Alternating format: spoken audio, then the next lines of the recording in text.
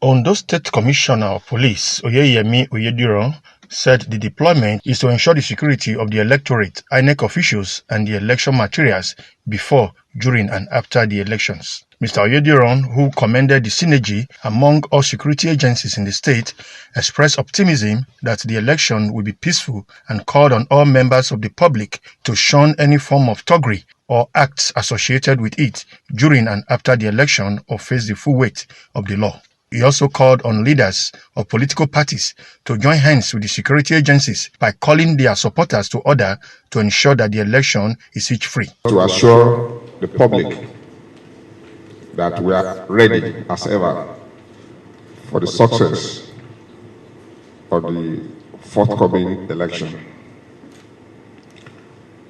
I want you to inform the public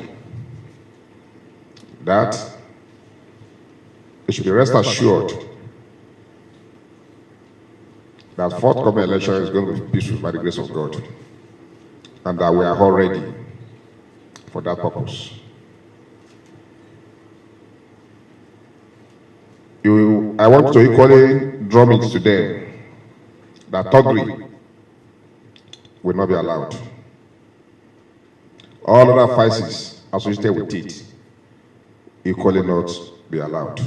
On his part, Acting Resident Electoral Commissioner Oyeyemi explained that a total of 17,562 ad hoc staff will be deployed for the election on Saturday across the state, assuring that there is no problem with the BVAS machines.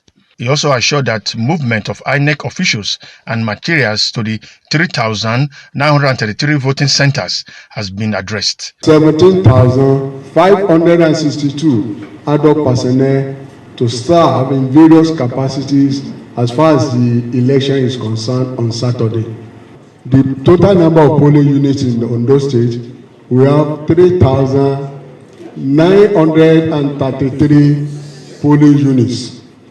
3,933 polling units as far as Ondo State is concerned. For the collected PVCs, is over 1.7 million. The security meeting was attended by the police, army, civil defense, immigration, DSS, NDLEA, among others. From Akure, the Ondo State capital, Jonah Omowa reporting.